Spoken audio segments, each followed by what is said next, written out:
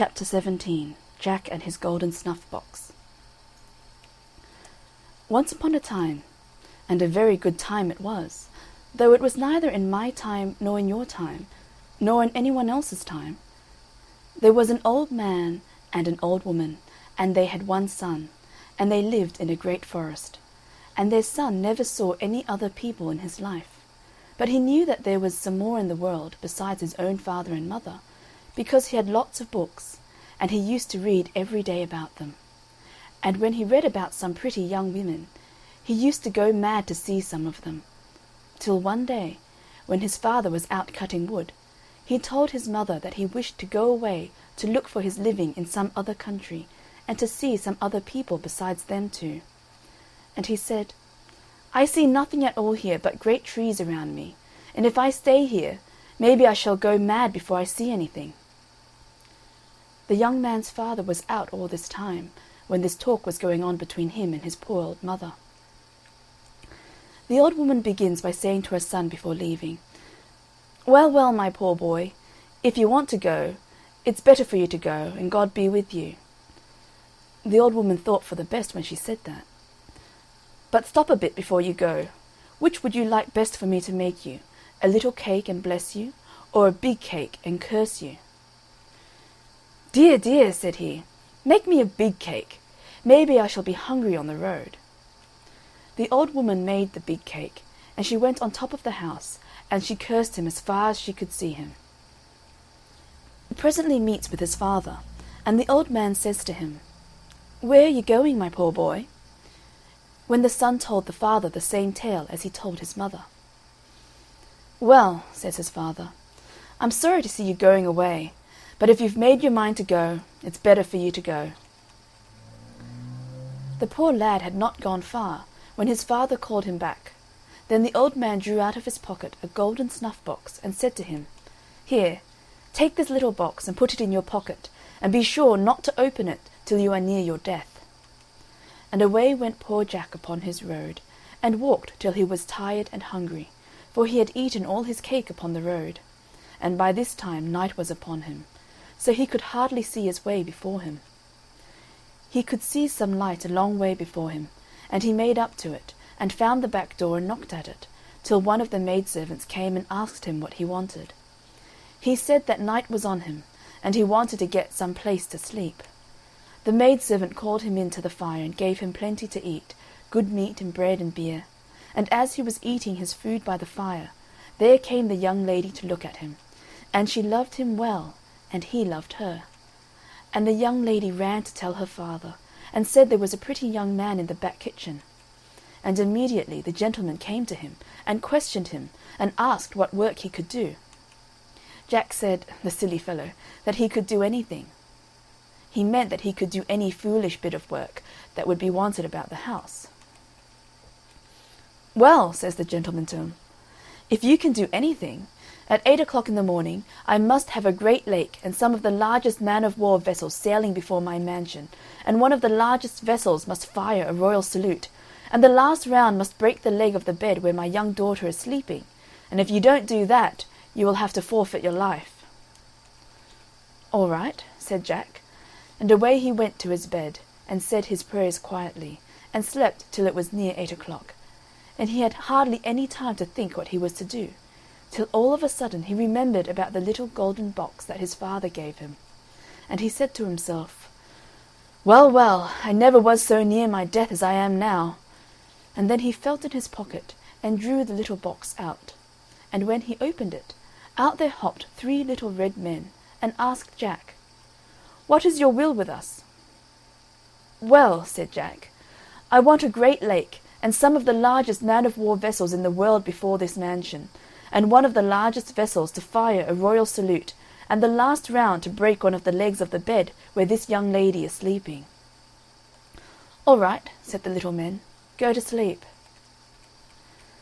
Jack had hardly time to bring the words out of his mouth to tell the little men what to do, but when it struck 8 o'clock, when bang, bang, went one of the largest man-of-war vessels, and it made Jack jump out of bed to look through the window, and I can assure you it was a wonderful sight for him to see, after being so long with his father and mother living in a wood. By this time Jack dressed himself and said his prayers, and came down laughing, for he was proud he was, because the thing was done so well. The gentleman comes to him and says to him, "Well, my young man, I must say that you are very clever indeed. Come and have some breakfast." And the gentleman tells him, "Now there are 2 more things you have to do, and then you shall have my daughter in marriage." Jack gets his breakfast and has a good squint at the young lady, and also she at him.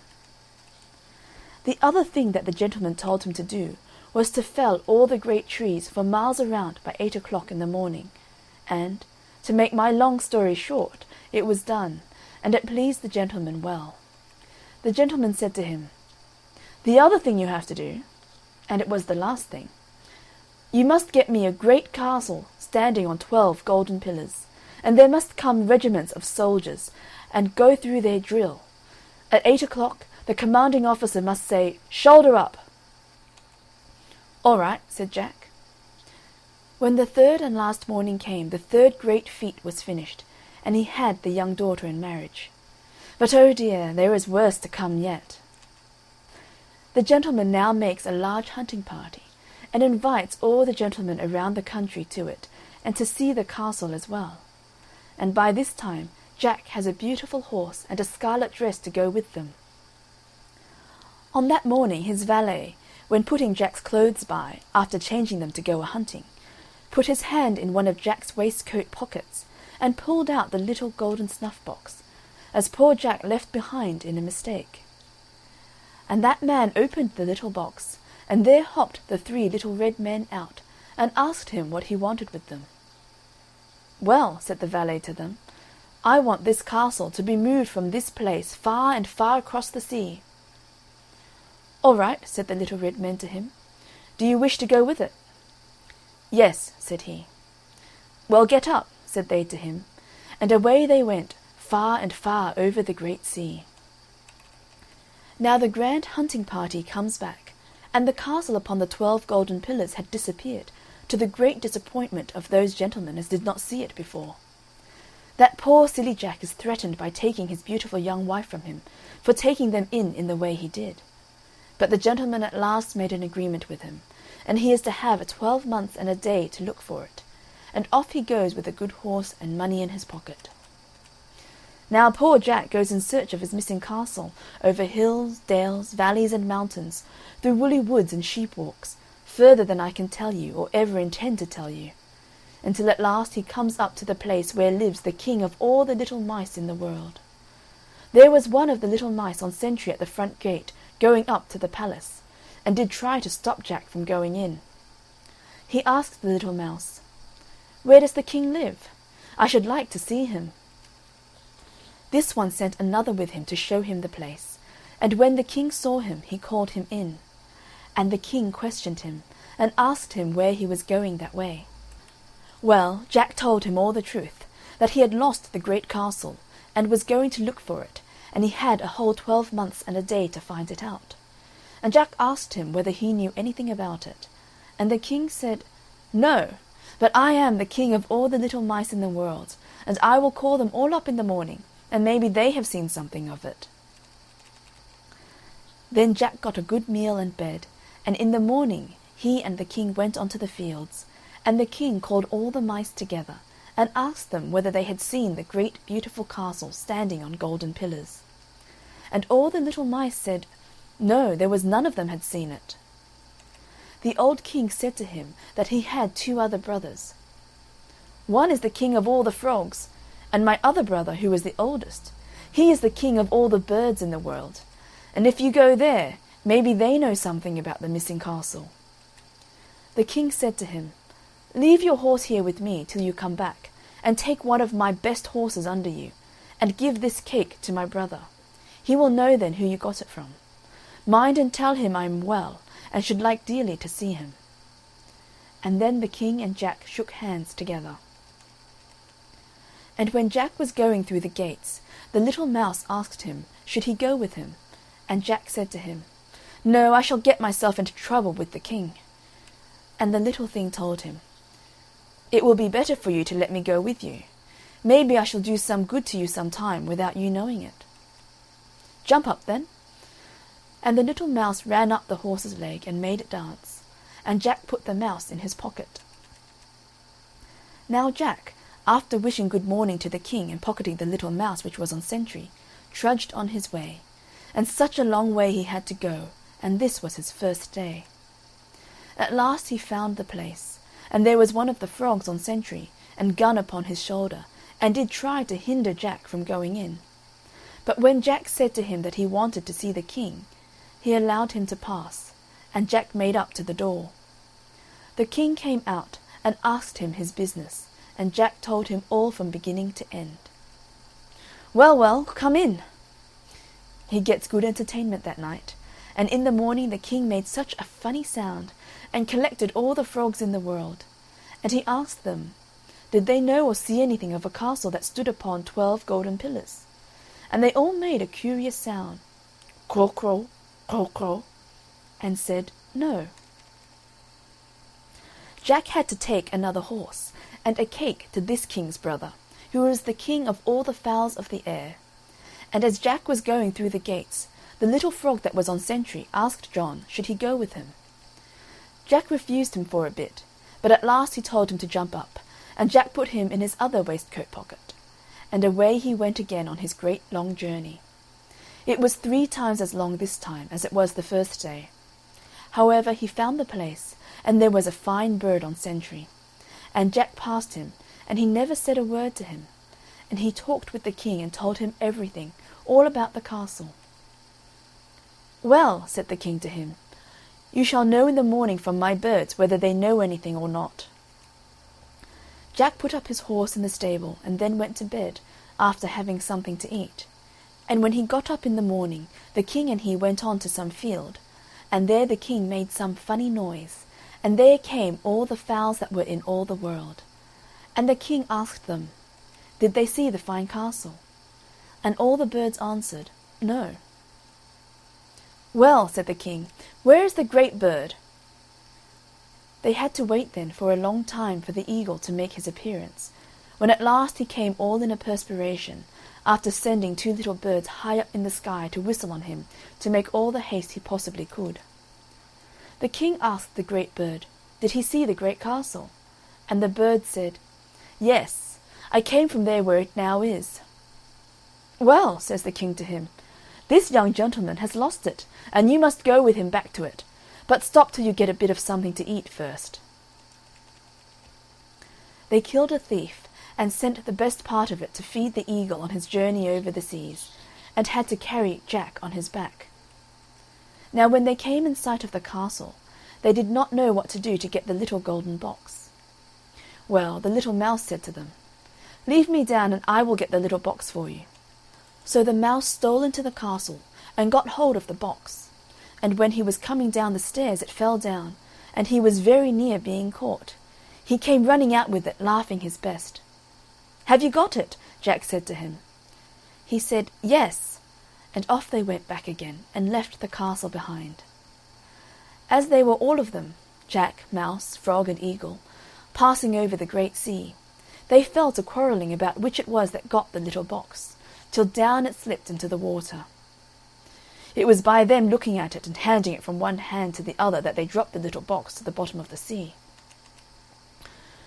"Well, well," said the frog, "I knew that I would have to do something, so you had better let me go down in the water." And they let him go, and he was down for 3 days and 3 nights, and up he comes and shows his nose and little mouth out of the water, and all of them asked him, did he get it? And he told them, no. "Well, what are you doing there, then?" "Nothing at all," he said, "only I want my full breath."